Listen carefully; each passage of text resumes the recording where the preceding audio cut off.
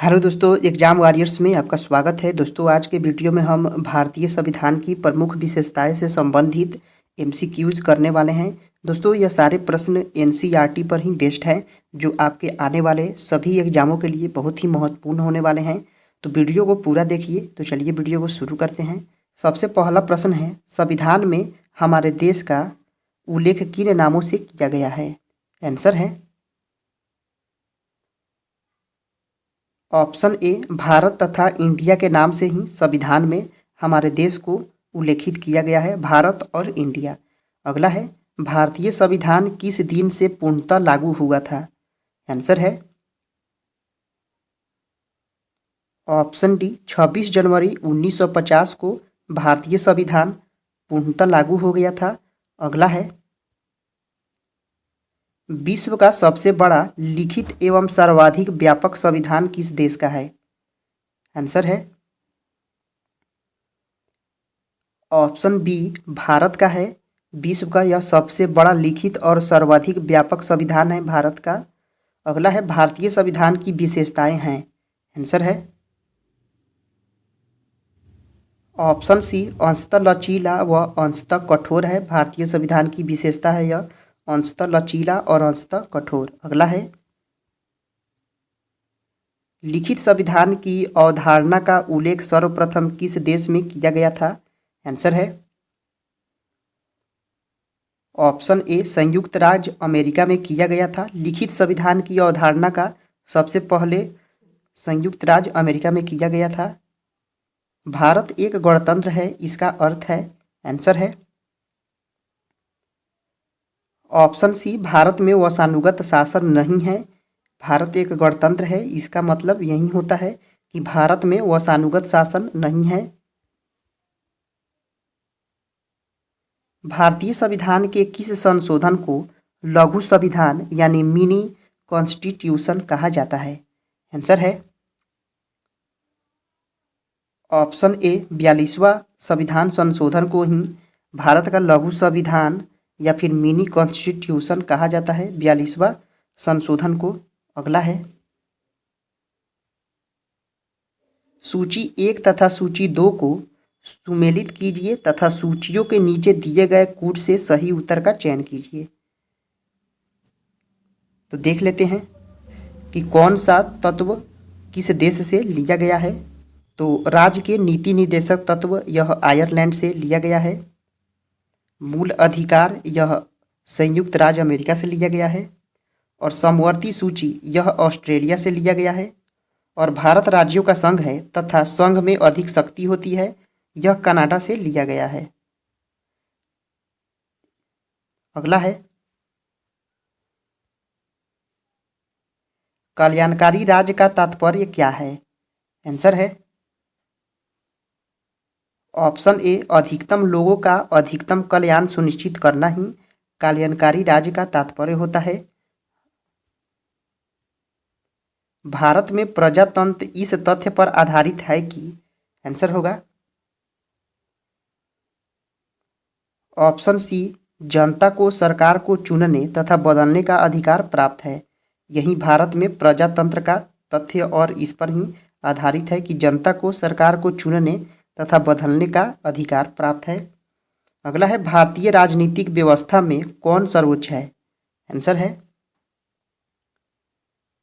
Option B, संविधान। यह भारतीय राजनीतिक व्यवस्था में सर्वोच्च है, संविधान। निम्नलिखित में से कौन एक भारत के संविधान का संघीय लक्षण नहीं है? आंसर है ऑप्शन डी, दोहरी नागरिकता। यह भारत के संविधान का संघीय लक्षण नहीं है, दोहरी नागरिकता। अगला है, निम्नलिखित में से कौन भारतीय संविधान की विशेषता नहीं है? आंसर है ऑप्शन ए, दोहरी नागरिकता। यह भारतीय संविधान की विशेषता में नहीं है। संसदीय प्रणाली को सरकार के रूप में किस नाम से जाना जाता है? आंसर है ऑप्शन डी, उपयुक्त सभी, वेस्टमिंस्टर, मंत्रिमंडलीय सरकार और उत्तरदायी सरकार के रूप में संसदीय प्रणाली को जाना जाता है। अगला है, भारतीय संसदीय प्रणाली इंडियन पार्लियामेंट्री सिस्टम किस देश की संसदीय प्रणाली से मिलती जुलती है? आंसर है ऑप्शन डी, यह ब्रिटेन की संसदीय प्रणाली से मिलती है, भारतीय संसदीय प्रणाली। अगला है,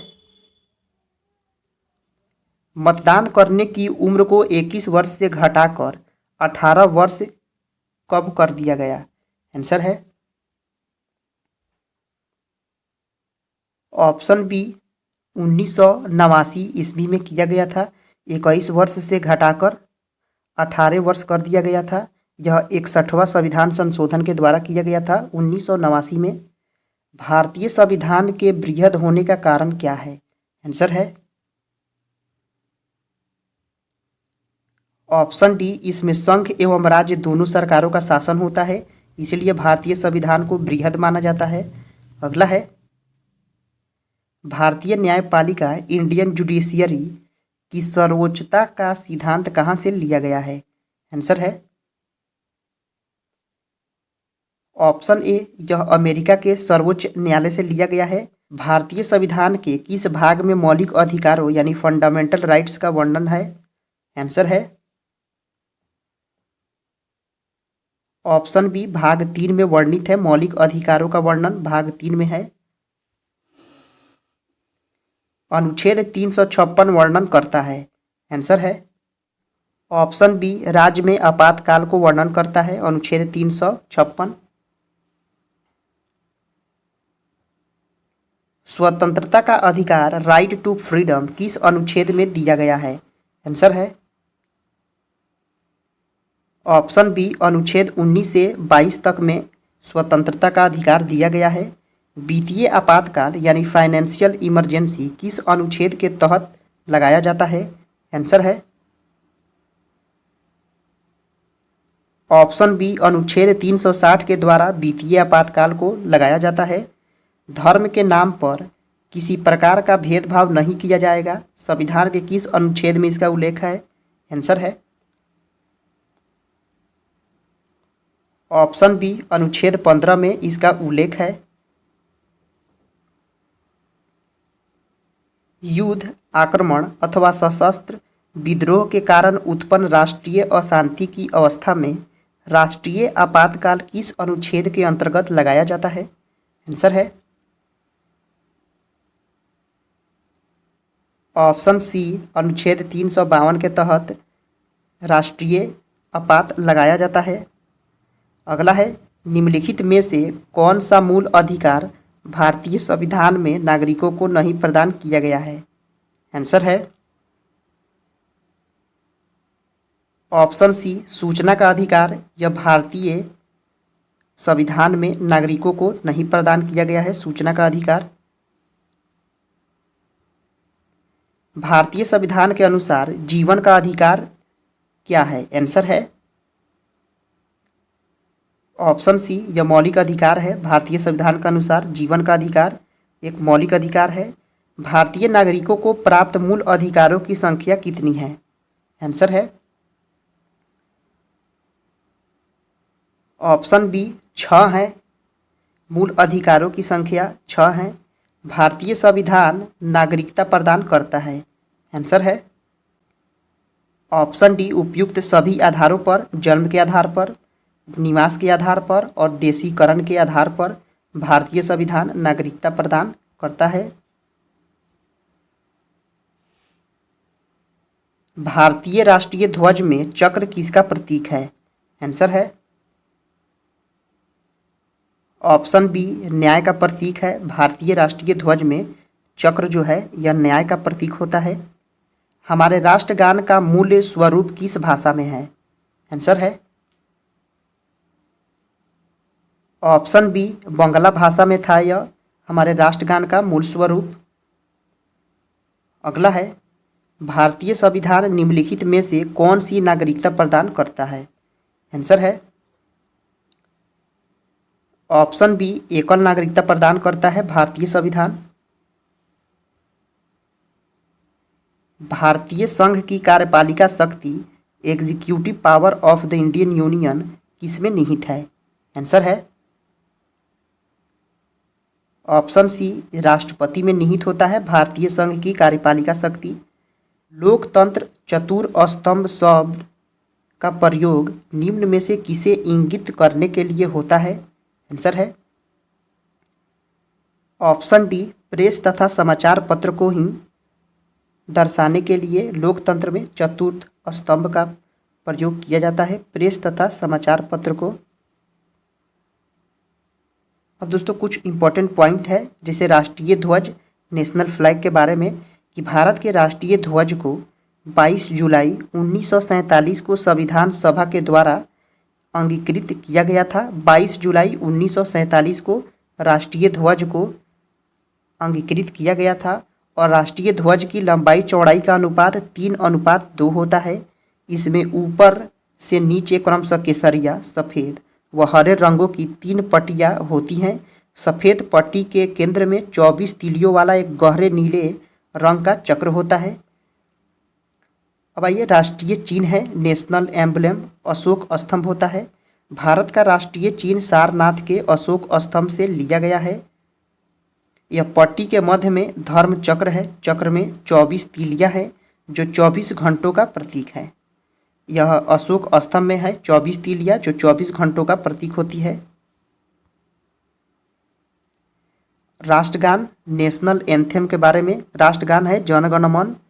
रविन्द्रनाथ टैगोर के द्वारा मूलतः बांग्ला भाषा में ही जन गण मन को रचित और संगीतबद्ध जन गण मन के हिंदी संस्करण को संविधान सभा ने भारत के राष्ट्रगान के रूप में, हिंदी संस्करण को संविधान सभा ने भारत के राष्ट्रगान के रूप में 24 जनवरी 1950 को, यानी संविधान लागू होने के 2 दिन पहले 24 जनवरी 1950 को अपनाया था राष्ट्रीय गान को, और यह हिंदी संस्करण में अपनाया गया है।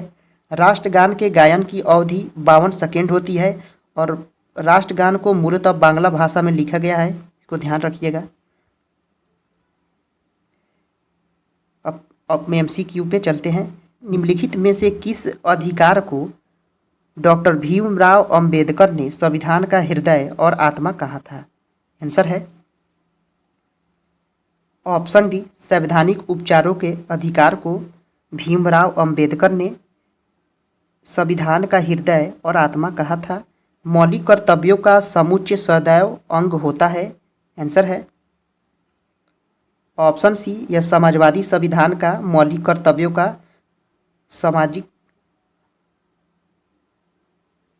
मौलिक कर्तव्यों का समुच्चय सदैव अंग होता है। आंसर है ऑप्शन सी, समाजवादी संविधान का अंग होता है। भारतीय संसद यानी पार्लियामेंट के ऊपरी सदन यानी अपर हाउस को क्या कहा जाता है? आंसर है ऑप्शन बी, राज्यसभा कहा जाता है और निचली सदन को लोकसभा कहा जाता है। भारतीय संविधान में कितने अनुच्छेद हैं? आंसर है ऑप्शन बी, 350 से अधिक अनुच्छेद हैं। यह दोस्तों NCERT के अनुसार 350 से अधिक अनुच्छेद हैं भारतीय संविधान में। यह सारे प्रश्न NCERT पर ही बेस्ड हैं। अगला है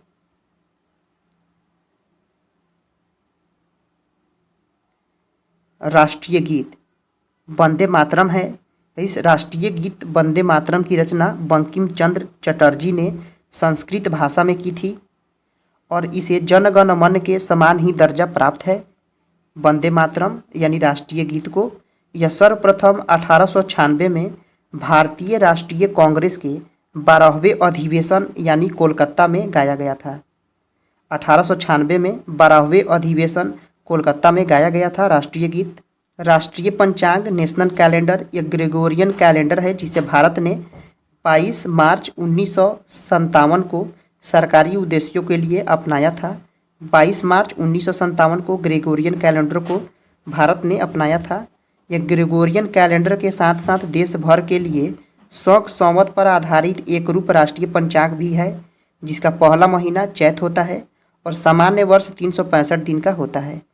और इस ग्रेगोरियन कैलेंडर को भारत सरकार ने 22 मार्च 1957 को अपनाया था, इसको याद रखिएगा।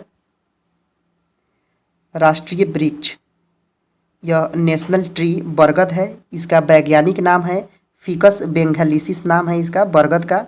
और राष्ट्रीय पशु है बाघ, इसका नाम है वैज्ञानिक पैंथेरा टाइग्रिस है। राष्ट्रीय पक्षी है मयूर, इसे पाओ क्रिस्टेटस कहा जाता है। और राष्ट्रीय पुष्प है कमल, इसे नेलुम्बो नूसीफेरा कहा जाता है। एक बार इसको रिवाइज कर लीजिएगा ताकि आपको यह अच्छी तरह से याद हो जाए। दोस्तों आपको यह वीडियो कैसा लगा कमेंट करके ज़रूर बताइएगा। फिर मिलते हैं अगले वीडियो में। जय हिंद दोस्तों।